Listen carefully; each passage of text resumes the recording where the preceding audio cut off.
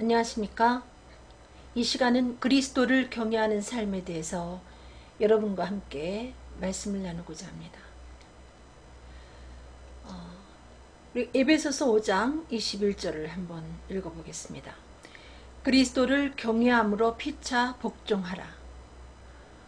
우리는 일반적으로 생각할 때 정말 그리스도를 경외하는 삶이라는 것은 그리스도께 복종하는 삶이 아니겠는가 이렇게 생각을 하고 있는데, 오늘 이 말씀에서 그리스도를 경외함으로 피차 복종하라 이렇게 말씀하고 있습니다. 정말 우리가 진정으로 그리스도를 경외한다면 서로 간에 수평 관계에서 피차 복종하는 삶을 살아라, 이와 같이 말씀하는 것을 볼 수 있습니다. 그래서 그리스도를 경외하는 삶에 있어서 중요한 것은 인간관계에 있어서 섬기는 삶이라는 거죠. 특별히 인간관계에 있어서 또 아주 중요한 사람이 누구인가? 바로 부부라고 할 수 있습니다. 정말 하나님을 경외한다면 가장 가까운 인간관계를 맺고 있는 부부간에 섬기는 삶, 위에 군림하는 삶이 아니고 밑에서 복종하는 섬기는 삶을 살 것을 우리들에게 요구하는 것을 볼 수 있습니다. 2번으로 한번 가겠습니다. 예수께서 부부와의 관계에서 어떤 복종을 명하십니까?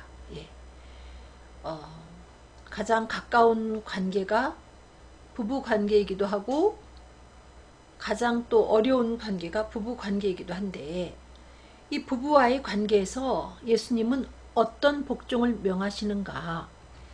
에베소서 5장 22절로 25절을 천천히 읽으면서 한번 생각해 보겠습니다. 아내들이여 자기 남편에게 복종하기를 죽게 하듯 하라. 저도 아내 입장에 선 사람인데요. 아내된 자들이 자기 남편에게 복종하기를 죽게 하듯 하라. 여러분, 복종이라는 그 어감이 여러분에게 주는 느낌이 어떻습니까? 하고 싶다고 해서 하고, 하기 싫다고 해서 안 하고, 이걸 복종이라고 할 수 없겠죠. 하기 싫어도, 또 혹은 하고 싶어도 때에 따라서는 남편에 의해서 하지 말아야 하고, 하기 싫어도 남편에 의해서 해야 되는 이 같은 것을 복종이라고 할 수 있겠죠. 근데 죽게 하듯 하라. 우리가 얼마나 주님 앞에 복종하려고 애를 씁니까? 근데 마치 주님께 하듯 아내된 자들이 남편에게 복종할 것을 성경은 요구한다는 말씀입니다. 이는 남편이 아내의 머리됨이 그리스도께서 교회의 머리됨과 같음이니 그가 친히 몸의 구주시니라. 요즘에 그 여권 신장을 부르짖는 여성분들에게는 이 말씀이 너무나 황당하고 고루하게 느껴지겠지만은, 분명히 하나님 말씀에는 예수님이 교회의 머리 되는 것처럼 남편은 아내의 머리가 된다, 이렇게 표현하고 있습니다. 위계 질서를 분명히 우리들에게 세워놓으신 것을 볼 수 있습니다. 부부간의 평등이다, 우리는 이렇게 주장하고 싶지만은 굳이 그 위아래를 한번 따져본다면 하나님이 남편을 아내 위에 두시는 것을 볼 수 있습니다. 마치 예수님이 교회의 머리 되는 것처럼 남편은 가정에 있어서 머리가 된다. 아내에게 있어서 주님 같은 존재가 된다, 이렇게 말씀하고 있습니다. 그러나 교회가 그리스도에게 하듯 아내들도 범사에 그 남편에게 복종할지니라. 아까 그 말씀하고 유사하죠. 마치 교회가 주님의 뜻이라면 이러하기도 하고 저러하기도 하듯이 아내들도 모든 일에 남편에게 복종하라는 거죠.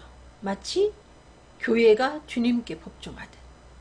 또 남편들에게는 남편들의 아내 사랑하기를 그리스도께서 교회를 사랑하시고 위하여 자신을 주심같이 하라. 또 남편들이 이렇게 군림하는 자세로 마치 아내를 자신의 종처럼 이렇게 부려먹고 학대하고 또 희생을 강요하고 이러는 경우가 있는데, 이건 옳지 못하다는 거죠. 얼마나 예수님이 교회를 사랑하십니까? 교회를 사랑하셔서 예수님은 자신의 몸을 내어주신 것처럼 남편들도 이 아내가 분명히 남편이 아내의 머리가 되지만은 이 아내 위에 군림하지 말고 그리스도께서 교회를 사랑하시고 자신을 주심처럼 희생하면서 아내를 사랑할 것을 이렇게 말씀하고 있습니다. 여러분, 진정한 하나님을 경외하는 삶이 부부관계에서 어떻게 나타나는가?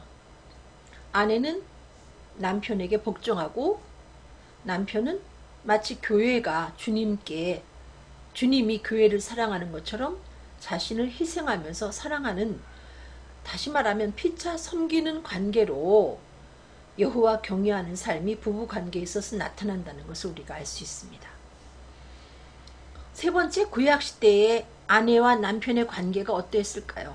한번 우리 구약으로 돌아가서 아내와 남편의 관계가 어떤 관계인가, 아내에게 있어서 남편이라는 존재는 어떠한 존재인가 우리가 한번 생각을 해보겠습니다. 민수기 30장 10절로 15절입니다. 부녀가 혹시 그 남편의 집에 있어 서원을 하였다든지 마음을 제어하려고 서약을 하였다 하자. 그 남편이 그것을 듣고도 아무 말이 없고 그 마음이 없으면 그 서원은 무릇 행할 것이요 그 마음을 제어하려는 서약은 무릇 지킬 것이니라. 이 말씀이 뭐냐면, 만약에 아내가 남편 모르게 하나님께 서원을 하고 서약을 했을 때 그 남편이 그 아내가 서약하고 서원한 내용을 듣고도 만약에 아무 말이 없으면, 그 아무 말이 없고 그 서원을 지키지 말라 이렇게 하지 않으면 그때는 그 서원을 지키라 이거죠. 또 서약을 하나님 앞에 지키라. 그렇지만 그 남편이 그것을 듣는 날에 야, 나 무효야, 나 동의할 수 없어, 어떻게 이렇게 하나님 앞에 네가 이런 서원을 하고 이런 서약을 할 수 있어 하면서 그 서원과 서약에 대해서 남편이 만약에 이의를 제기하면, 만약에 무효케 하면 성경은 뭐라고 말하느냐, 그 서원과 마음을 제어하려던 일에 대하여 입술에서 낸 것을 무엇이든지 이루지 못하나니. 아셨습니까? 하나님 앞에 한 서약과 서원이라도 남편이 무효케 하면 그건 무효다 이거예요. 참 놀라운 거죠. 그 남편이 그것을 무효케 하였은즉 여호와께서 그 부녀를 사하시느니라. 여호와께서 그 아내에 대해서 사해 주신다는 거죠. 이 서원은 반드시 갚을지니 성경이 그렇게 말하고 있는데, 그럼에도 불구하고 남편 모르게 아내가 서원을 했다가 남편이 그 사실을 알고 이건 무효다 할 때 하나님은 그 아내가 그 서원과 서약을 이행치 못할지라도 사해 주시겠다. 뭐 정말 그 남편이라는 존재는 아내에게 있어서 대통령과도 같은 존재죠.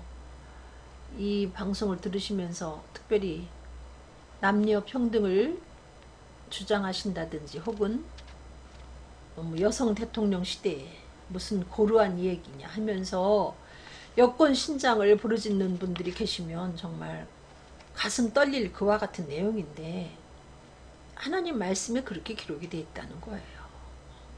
저도 남자를 이기고 싶어요. 또 제가 또 남자를 이기며 살았고, 그렇지만 성경은 그걸 원치 않는다는 겁니다. 분명히 위계의 질서에서 남편이란 존재를 아내와의 관계에서 위에 두는 걸 볼 수 있는데, 심지어 여호와께 서약하고 서원한 것까지도 남편이 무효다 하면 하나님은 그걸 인정해 주신다 이렇게 말씀한 걸 볼 때 그 아내에게 있어서 남편의 지위라는 건 대단하다는 거죠. 그러므로 아내된 여러분들이 그럼에도 불구하고 남편을 존중하고 복종해야 된다는 말씀입니다. 그 뒤에 말씀을 한번 읽어보면, 무릇 서원과 무릇 마음을 괴롭게 하려는 서약은 그 남편이 그것을 지키게도 할 수 있고 무효케도 할 수 있나니. 아니 어떻게 감히 하나님 앞에 서원하고 서약한 것을 남편이 지키게도 할 수 있고 무효케도 할 수 있다 이렇게 말합니까 여러분? 응? 그 남편이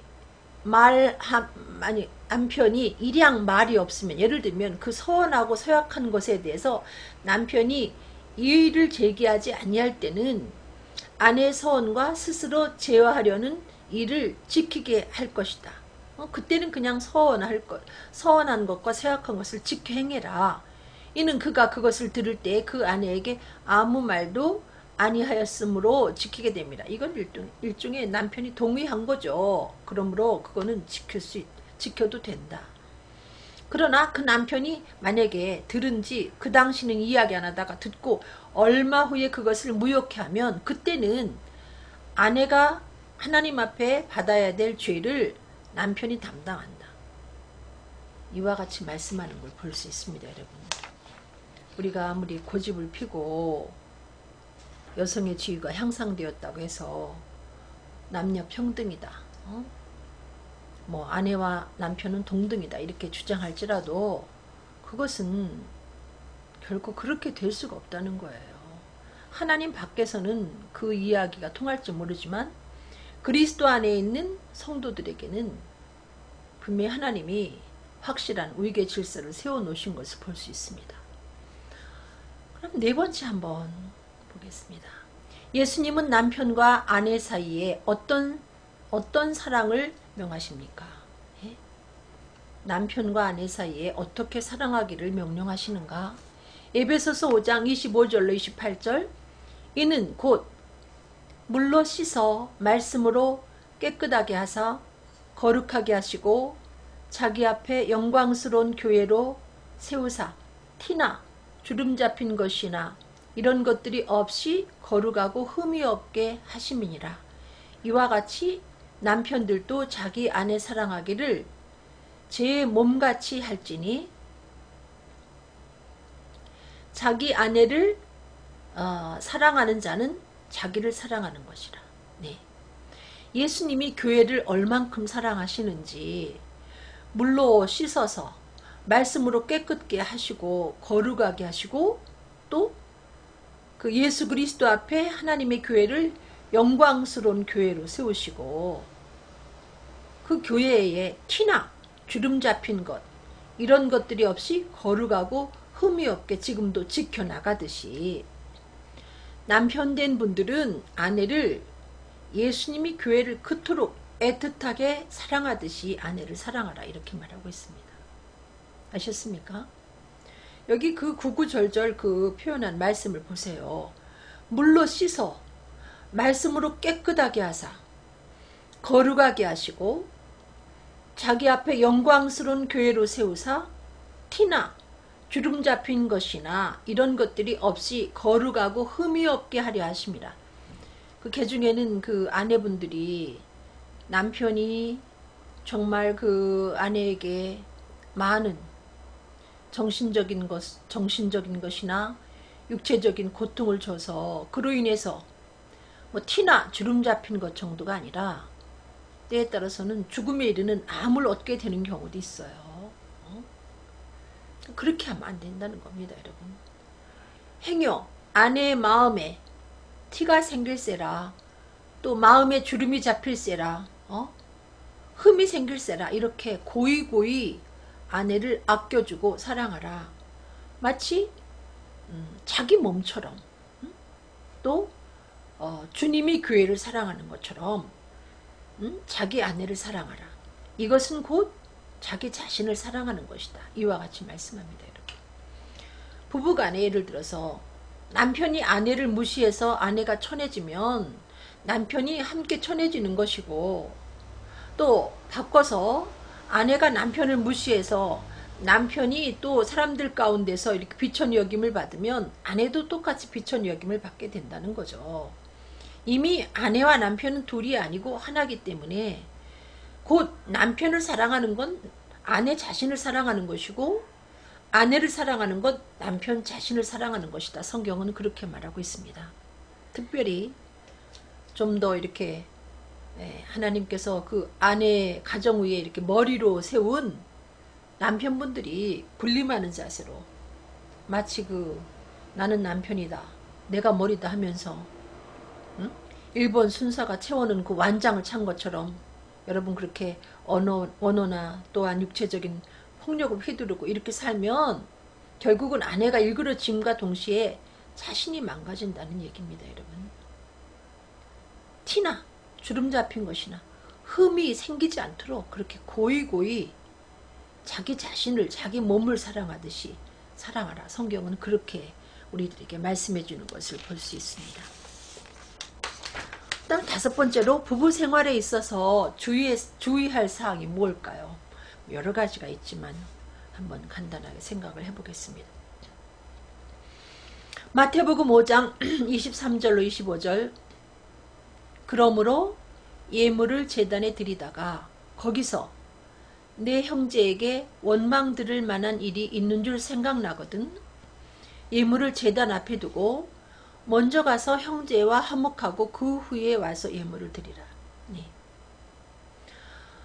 이 말씀은 그 예물을 드린다 이 표현하면 조금 그렇고요. 예를 들면 예배를 드리다가 여러분들이 만약에 하나님께 예배를 드리다가 예배를 드리는 중에 내가 누군가에게 원망 들을 만한 일을 했다, 이와 같은 것이 생각이 나면 예배 드리는 일을 중지하고라도 먼저 가서 그 형제와 화해하고 그 다음에 와서 예배를 드려라, 이와 같은 내용이거든요.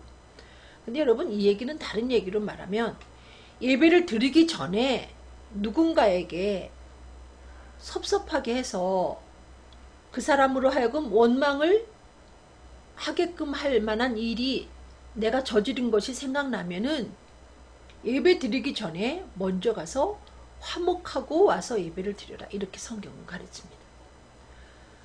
모든 사람으로 더불어 화평과 거룩함을 좇으라. 이것이 없이는 주를 보지 못하리라. 여러분 아셨습니까? 우리가 모든 사람들과 더불어 화목하고 화해하지 아니하면 하나님께 나가 예배 드리지만 주님은 우리하고 눈을 맞춰주시지 않는다는 거죠. 우리가 부모로서도 만약에 자녀가 둘이 다퉈가지고 분명히 다툰 사실을 알고 있는데 밥상머리에 앉아가지고 화해를 안 한 상태에서 밥을 먹게 된다. 분명히 부모가 그 사실을 알았을 때 그 자녀들에게 좋은 시선을 보낼 수가 없죠. 니네 왜 화해 안 하냐, 뭐 이걸 요구할 겁니다. 이것처럼 하나님도 마찬가지라는 거죠. 특별히 부부간에 우리가 뭐 제일 가까이 있기 때문에 부부가 제일 가까울 수도 있지만 어떻게 보면 다른 사람들보다 더 많은 인간관계할 시간을 갖고 있기 때문에 이렇게 얽힐 때도 있다는 거죠. 스텝이 얽히듯이 우리가 부부간에도 다툼이 생길 수가 있습니다. 그럴 때 중요한 건, 부부간에 주의할 사항은 그리스도인들이 하나님께 나아간다고 하면서 이것을 풀고 화해하지 않고 나간다면 여러분은 예배를 드린 게 아니라는 겁니다. 여러분, 이게 지속이 되면 여러분 영혼이 병들게 돼 있다는 거죠. 그리고 풀어지지 아니한 그 사람도 역시 하나님과 영적인 교류를 제대로 하지 못하게 되기 때문에 서로가 서로를 위해서 먼저 화해하라는 겁니다. 아셨습니까? 다툴 수 있죠.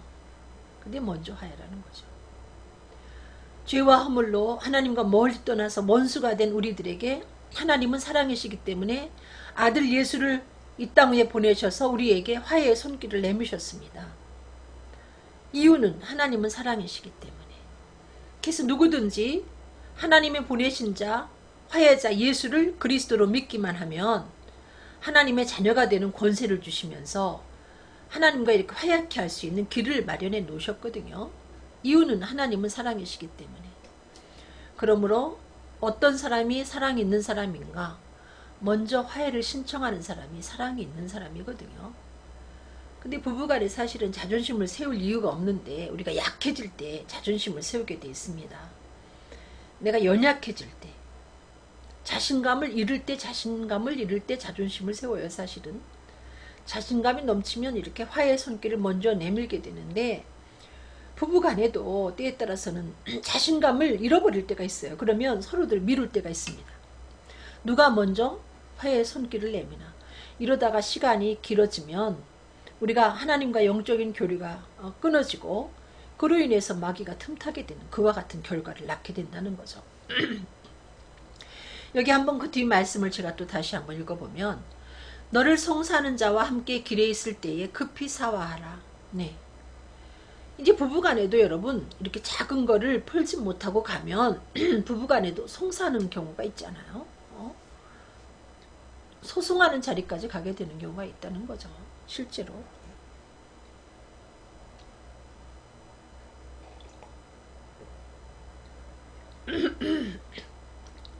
예, 별거 아닌 것을 우리가 풀지 못할 때 그게 소송으로까지 가게 되는 거예요. 물론 부부생활, 부부관계 말고도 다른 인간관계에 있어서도 지극히 작은 것 서로 자존심 세우다가 이걸 풀지 못해서 여기 성경이 이야기하는 것처럼 급히 화해를 하면 되는데 서로가 자존심을 세우고 화해하지 못하다가 어떤 현상이 나타나는가? 그 송사하는 자가 너를 재판관에게 내어주고 재판관이 관이에게 내어주어 옥에 가둘까 염려하라. 여러분 재판을 하면요 정말 가산을 많이 탕진하게 되고 옥에 들어갔다 오면 또 상황이 또 틀려집니다. 그러므로 여러분 서로가 감정이 좋지 않을 때가 있어요. 부부간에도 마찬가지고 모든 인간관계에서 그럴 때는 급히 아주 서둘러 화해하라는 거죠. 니까짓게 뭘 하겠어? 이렇게 생각하지 말라는 거예요. 니까짓게 하고 무시한 사람이 아무것도 할 수 없을 것 같지만 그가 마음에 시험에 들으면 그 힘센 마귀를 끼고 큰일을 벌립니다. 실제로. 그 교회 안에도 지극히 작은 교인을 교회가 무시하다가 뭐 힘도 없고 돈도 없는 저 교인이 어떻게 하겠나.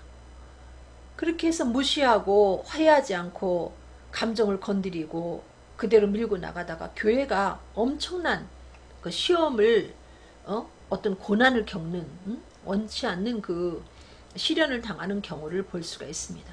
부부간에도 마찬가지라는 겁니다. 급히 사화하라. 잘못하면 재판관 앞에 가게 되고 또 어느 한쪽만이 아니죠. 양쪽이 다 정말 창살 없는 감옥에 갇힌 것처럼 인생이 너무 어려워질 수도 있다는 겁니다. 여러분. 디모데전서 2장 8절 그러므로 각처에서 남자들이 분노와 다툼이 없이 거룩한 손을 들어 기도하기를 원하노라. 네. 일단 우리가 여러분 화가 났을 때 여러분 기도가 됩니까? 그거는 뭐 분노의 감정이라는 건 남자들만이 있는 게 아니죠. 남성분들만에게 있는 게 아니고 여성분들에게도 분노가 있고요. 여성분들도 다투고 나서 그걸 풀지 않고 기도하면 사실은 기도가 안 됩니다. 근데 특별히 이제 남자분들이 더 다혈질이고 묵하는 게 있기 때문에 여기에서 남자를 들어서 말하지만 어쨌든 간에 우리의 마음속에 분노와 다툼이 있어서 우리가 손을 들고 기도하지 못하는 상황까지 가지 않도록 그때그때 분노의 감정을 풀어버려라 이렇게 말하고 있습니다. 다퉜을 때 스텝이 얽힌 거를 얼른 풀어버려라 이렇게 말하고 있습니다. 에베소서 4장 26절로 27절 분을 내어도 죄를 짓지 말며 해가 지도록 분을 품지 말고 마귀로 틈을 타지 못하게 하라. 네. 여러분 분을 내지 않고 사는 사람이 있을까요? 뭐 저같이 그 다혈질인 사람들 말고도 나름대로 그 분을 사람들이 내게 돼 있습니다. 그래서 그 내성적인 사람들은 그 분이 나는 거를 풀지 않고 그냥 안에 가둬둬서 나중에 화병이 오기도 하고요. 뭐 저희 같은 경우는 그냥 분출을 해버리는데 분을 낼 수는 있다. 그렇지만 그 분을 내어도 죄를 짓도록 죄를 짓는 자리까지 가도록 그렇게 절제하지 못하면서 분을 분출하지도 말고 또 무엇보다도 해가 지도록 분을 품지 말라는 거예요.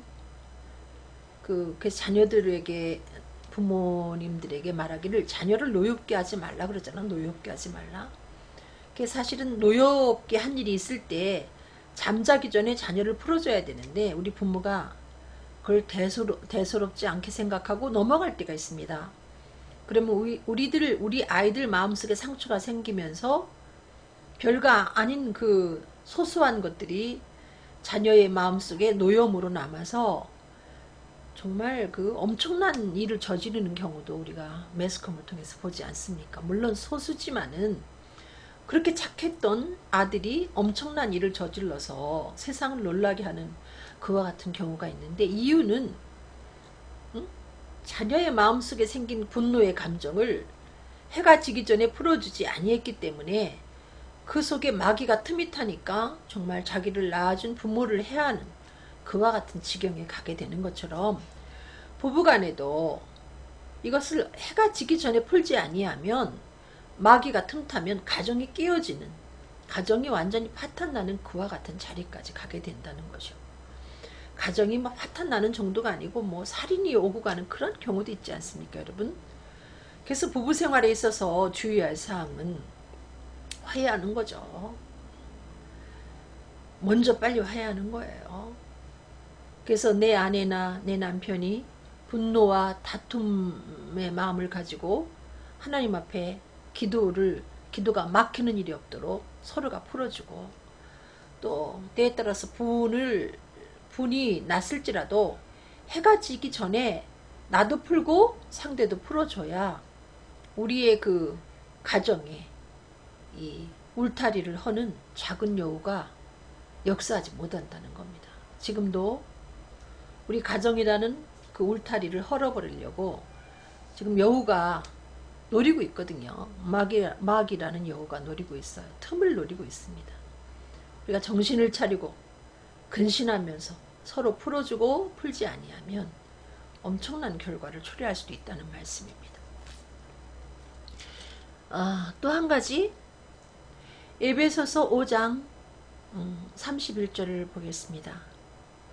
이러므로 사람이 부모를 떠나 그 아내와 합하여 그들이 한 육체가 될지니. 여러분, 이제 그 고부간의 갈등 때문에 어려움을 겪는 가정들이 많이 있어요. 저는 뭐 결혼하고 그 고부간의 갈등 그런 걸 저는 그렇게 깊이 느끼지는 못했습니다. 근데 여기 말씀에 보니까 결혼에 대한 말씀인데요. 사람이 부모를 떠나 그 아내와 합하여 그들이 한 육체가 될지니라. 중요한 말씀이 짧지만은, 결혼이라는 것은 그 성인된 남녀가 부모를 떠나서 가정을 이루는 거예요. 독립선언하는 거죠. 그 미성년이 아니라는 거예요. 성년이 돼서 이렇게 독립선언을 하고 가정을 이룰 때 아무리 아들을 사랑한 엄마도, 아무리 시집 보낸 그 딸을 사랑하는 엄마도 아버지도 이제 그 가정에 대해서 독립된 인격체로 인정하고 존중하고 이렇게 대접을 해야 된다는 거죠. 근데 우리는 보통 우리 아들, 내가 사랑했던 아들이 그 어떤 여자를 만나서 이렇게 산다 이렇게 생각하고, 내가 그토록 금이야 오기야 키웠던 내 딸이 사위라는 사람을 만나서 산다 이렇게 생각해서 말하자면 그 결혼 전에 그 감정을 그대로 연장을 해가지고 너무나 이미 독립선언을 한 그 아들과 딸의 가정에 부모가 깊이 개입을 하면서 어려움을 겪게 되는 경우가 있습니다. 사실은 그 4살, 5살짜리 아이들을 보고요, 만약에 여러분들이 이거 이렇게 하면 안 돼, 뭐 그 아이들이 그림을 그릴 때 옆에서 여러분들이 훈수를 두면요, 요즘 아이들이 그걸 좋아하는 아이들이 하나도 없습니다. 뭐 아주 싫어합니다. 예를 들면 뭐 아직 판단력이 부족한 4, 5살짜리 아이들도 뭐 이렇게 보면서 너 참 잘한다 하면서 인정해 주는 건 좋아하지만, 이거 이렇게 하면 안 돼 이렇게 지적을 하면 그 부분에 대해서 굉장히 힘들어 하거든요. 하물며 이제 성년이 돼서 가정을 이룬 아들과 며느리, 또 또 딸과 그 사위의 가정에 만약에 장모님이, 장인이 혹은 시어머니, 시아버지가 깊이 개입한다면 이거는 불화의 씨앗이 된다는 것이죠. 굉장히 그 한국에는 그 고부간의 갈등이 참 심하게 될 수밖에 없는 여러 가지 구조가 있어요. 근데 이것은 부모님 입장에서 이미 내 아들은 나를 결혼과 더불어 나를 떠나서 그 내 며느리의 남자가 됐다. 또 내 딸은 결혼과 더불어 나를 떠나서 내 사위의 여자가 됐다. 이렇게 생각하고 이 줄을 놓아야 된다는 거죠. 이게 정말 저도 아직 아이를 결혼을 시키지 않았기 때문에 제가 그 입장이 되면 어쩔지는 모르지만은 저희는 결혼 생활할 때 제 남편이 분명한 입장을 표현해 줬습니다. 예를 들면 아내는 내 아내고 내가 어머니와 아내 사이에서 내가 아내 입장에 서야 된다. 이런 확고한 태도를 취해줬기 때문에 저 같은 경우는 고부간의 갈등을 거의 모르고 또 이렇게 결혼 생활을 하고 있는데, 그리고 또 한 가지 제가 성격적으로 저는 그런 생각을 했습니다. 며느리지만 내가 우리 시어머니의 내가 종은 아니거든요. 내 귀한 집 딸인데 내가 왜 우리 시어머니의 종살이를 해야 됩니까? 저도 처음에는 결혼하고 그 아이 하나를 낳고 시댁에 가가지고 어머니가 일을 하면은 며느리기 때문에 그냥 잠도 못 자고 졸려 죽겠는데도 2시까지 그냥 부엌에 서 있고 이런 적 있어요. 더더구나 전 반대하는 결혼을 했었기 때문에 시어머니한테 잘 보이려고 하는 그런 것도 있었고, 한국적인 그 시어머니에 대한 그런 이야기를 많이 들어서 저도 모르게 종살이 아닌 종살이를 하고 있더란 말이죠. 제가 그 먼 길을 와가지고 2시까지 서 있을 때 얼마나 피로했겠습니까? 그럼에도 불구하고 제가 들어가서 어머니 저 자야 되겠어요 얘기를 못하고 눈치를 봐가면서 서가지고 어머니 옆에서 괜히 할 일도 없으면서 이렇게 밤늦은 시간까지 애를 쓴 적이 있는데, 그때 제가 나중에 알았습니다만은 너무 그 상황이 저한테 막 힘들고 열이 나고 하더니 제가 임신된 사실을 몰랐는데 유산이 됐더라 말이죠. 너무나 힘들어가지고 예를 들면, 그러니까 저는 이게 정말 며느리로서 그 어머니한테 이렇게 스트레스를 받아가지고 정말 이런 경우도 있겠구나. 저는 스트레스 받은 거 아니고 육체가 너무 견딜 수가 없어서 거기까지 갔던 건데, 그 뒤로 제가 생각했습니다. 나는 이 집의 법적인 며느리고 법적인 자식이지 내가 어머니의 종은 아닌데. 그래서 이제 조금씩 바꿔버렸어요. 그때에 따라서는 어머니가 저한테 어머니기 때문에 며느리한테 약간 무리한 요구를 하실 수가 있죠. 근데 어느 때부터 어머니 그건 아닙니다 이렇게 이야기를 하게 됐어요. 어머니 죄송하지만 그건 아닌데요. 처음에는 어머니가 충격을 받으셨죠.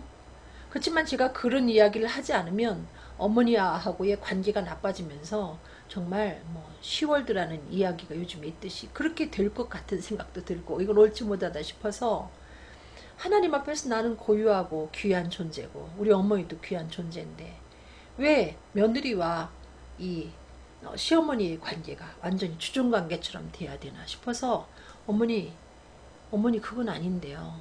어머니 저는 그렇게 할 수가 없어요. 이렇게 이야기를 하게 됐는데, 저희는 그 뒤로는 너무 좋아졌어요. 너무 좋아져서 저는 휴가 때도 시댁으로 휴가를 가고, 어린이날도 아이들을 데리고 시댁으로 가고, 성탄절도 성탄절 보낼 때도 제가 시댁으로 가고, 시댁을 그냥 제가 자원해서 거의 한 달에 한 번 정도 갈 만큼 멀었는데도 그것도 기쁨으로 가고, 또 저희 어머니는 저를 며느리라고 해서 이렇게 시집살이를 시키지 않고 때에 따라서는 설거지도 못하게 하면서 아침 늦게까지 자게 두고 어머니가 식사를 준비해 놓으면 나와서 먹고, 저는 정말 딸 같은 며느리가 되어서 참 이렇게 어머니하고의 관계가 굉장히 고부간의 관계의 갈등을 모르고 지냈는데, 저는 며느리 입장에서도 선언을 할 필요가 있고요.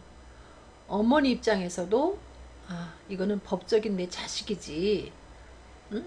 내 아들을 빼앗아간 내 연적이 아니거든요. 내 아들이 사랑하는, 내 아들이 아주 사랑하는 여인이거든요. 내 아들의 여자예요. 그렇게 생각하시면서 여러분들이 어머니들도 좀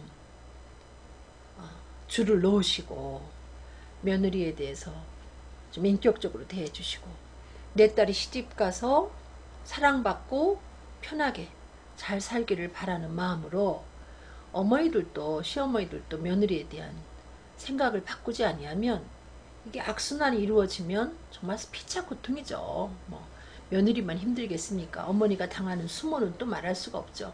아프니까 서로들 이렇게 주고받는 언어라든지 행동이 서로에게 상처가 되는 거죠. 전도서 4장 9절로 12절. 두 사람이 한 사람보다 나음은 저희가 수고함으로 좋은 상을 얻을 것입니다.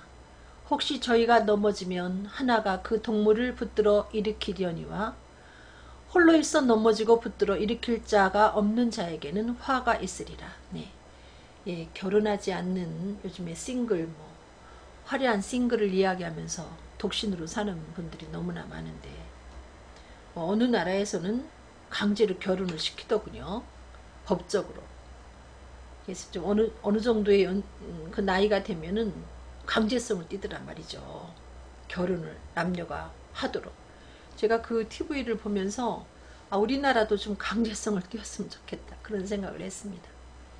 이유는 그 젊은 남녀들이 너무나 결혼을 뒤로 미루기 때문에 그로 인해서 생기는 폐해도 많고, 그리고 아기는 또 건강할 때, 한참 왕성하고 건강할 때 낳아야 양육하기도 쉽고 아기도 건강한데 너무 늦게 결혼을 하기 때문에 저도 늦게 결혼을 했지만 좀 걱정이 되기도 해요.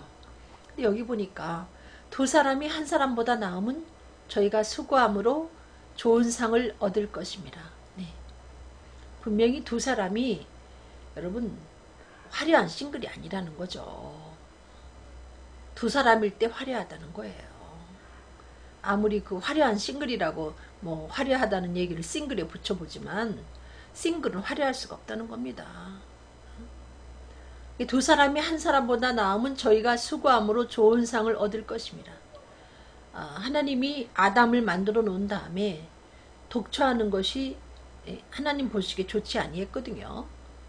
근데 하나님만 독처하는 사람을 보고 좋지 않게 보는 것이 아니라 세상도 마찬가지입니다. 사실은. 제가 그 혼자 독신으로 하나님께 헌신하려고 서원까지 하면서 이렇게 독신을 고집하고 살아갔는데 정말 세상에서도 저를 독신으로 헌신하는 저를 좋게 봐주는 게 아니에요. 저는 그 독신으로 헌신하는 것이 굉장히 복음을 전하는데 유익할 줄 알았는데 그거로 인한 여러 가지 그 많은 장애를 느꼈거든요. 남들이 사람들이 그걸 그렇게 곱고 아름답게 봐주지 않는다는 거죠. 오히려 또 싱글이라는 그 이유로 또 좋지 않은 또 이렇게 손길을 내미는 사람들도 있고 그런 것에 대한 불편함도 많이 느꼈습니다. 그리고 저는 죄를 짓지 않아도 주변 사람이 제가 싱글이라는 이유로 죄를 짓게 되는 경우도 제가 봤거든요. 그래서 제가 다시 마음을 바꿔서 기도하면서 이렇게 결혼을 하게 됐는데 지금 생각하면 정말 잘한 일 중에 하나가 결혼인 것 같습니다. 혹시 저희가 넘어지면 하나가 그 동물을 붙들어 일으키려니와 홀로 있어 넘어지고 붙들어 일으킬 자가 없는 자에게는 화가 있으리라. 네. 정말 싱글로 있을 때는 제가 시간을 잘 쪼개서 활용할 때도 있지만은 어떤 때는 또 확 처질 때도 있었거든요. 맞으면 그냥 축 처져가지고 일어나지도 못할 때가 있었는데 결혼을 하고 보니 한쪽에서 넘어지면 한 사람이 이렇게 붙들어 일으켜주고 또 혼자 있으면 일으킬 자가 없는데 둘이 있으면 이렇게 일으켜주고 하기 때문에 혼자 있을 때 싱글로 있을 때 화가 있지만 둘이 있을 때는 그 고난을 이겨낼 수 있다는 얘기입니다. 두 사람이 함께 놓으면 따뜻하거니와 한 사람이면 어찌 따뜻하랴. 예, 정말 여러분 이 방송을 보시는 분 중에 결혼을 여러가지 그 결혼했을 때 생겨나는 그 정말 불편한 진실 때문에 여러분들이 결혼을 망설이고 있는 줄 알아요. 근데 그런 불편한 진실 말고 여러분이 막상 결혼을 해보면 거기에서 얻는 그 행복과 그 엄청난 그 축복은 여러분이 해봐야 아는 것이죠. 근데 이제 그걸 여러분이 보지 못한 상태에서 결혼했을 때 야기되는 여러 가지 문제를 보고 아직 겁을 먹고 결혼을 안 하겠다 하는 분이 계시면 결혼을 꼭 하세요. 결혼을 하지 아니하면 정말 사람이 되기도 어렵다, 저는 그렇게 생각한 사람입니다. 물론 이제 뭐 결혼을 안 하고도 훌륭한 인격체로 이렇게 또 아름다운 인생을 사는 분도 계신데, 결혼은 우리의 인격을 단련해주고 정말 사랑이 뭔지를 하나님의 사랑이 뭔지를 배우게 하기 때문에 저는 결혼을 해본 사람으로서 현재도 진행형인데 권하고 싶습니다. 물론 결혼했을 때 겪는 아픔도 있습니다만은 그 아픔을 뛰어넘을 만한 행복이 있다니까요. 여기 있는 그 말씀처럼 두 사람이 함께 누우면 따뜻하거니와 한 사람이면 어찌 따뜻하랴. 한 사람이면 패하겠거니와 두 사람이면 능히 당하나니 삼겹줄은 쉽게 끊어지지 아니하느니라. 네. 결혼하면 이제 뭐 아기도 생기지 않습니까? 그럼 삼겹줄, 사겹줄이 되죠. 그래서 여러 가지 고난을 함께 이겨나갈 수 있고요. 정말 결혼하면 따뜻한 삶을 여러분이 살 수가 있습니다. 그러니까 혹시 현재 결혼하고도 화려한 싱글로 돌아갈까, 그야말로 돌싱이 될까, 이런 분들이 계시면 조금 참아보시고요. 조금만 더 참아보시고요. 여러분, 조금만 더 참으시면 여러분들이 내가 잘 참았구나, 그럴 때가 분명히 올 것이고, 분명히 여러분이 또 그런 결론을 내리셨을 때 후회하실 것입니다. 과정 중에 우리가 결혼할 때 머리가 파뿌리가 되도록 가겠다, 그런 의지를 가지고 가면 하나님이 또 여러분에게 힘을 주시고요. 상처도 싸매 주시고 도저히 용서가 불가능한 것도 용서할 수 있는 힘을 주시고, 확실한 것은 화려한 싱글이 아니라는 거. 둘이 함께 갈 때 정말 행복한 삶이 된다는 걸 여러분이 기억하시고, 오늘 부부간에 정말 여러분이 그리스도를 경외한다면 피차 섬기는 그와 같은 삶을 살게 되시길 바랍니다. 잠깐 기도하시겠습니다. 사랑이 많으신 주님, 정말로 우리가 주님을 경외한다면 특별히 아내는 남편에게 복종하고 아내는 교회가 주님이 교회를 사랑하는 것처럼 자신을 내어주면서 아내를 살뜰하게 고이고이 사랑으로 지켜낼 수 있도록 인도하여 주시어서 곧 아내를 사랑함이 자신을 사랑함인 것을 알교락하여 주시고, 아내를 사랑하지 못해서 아내가 비천해질 때 내가 곧 비천해진다는 그 사실도 알교락하여 주셔서 하나님, 부부간에 피차 복종하는 삶을 살게 인도하여 주시옵소서.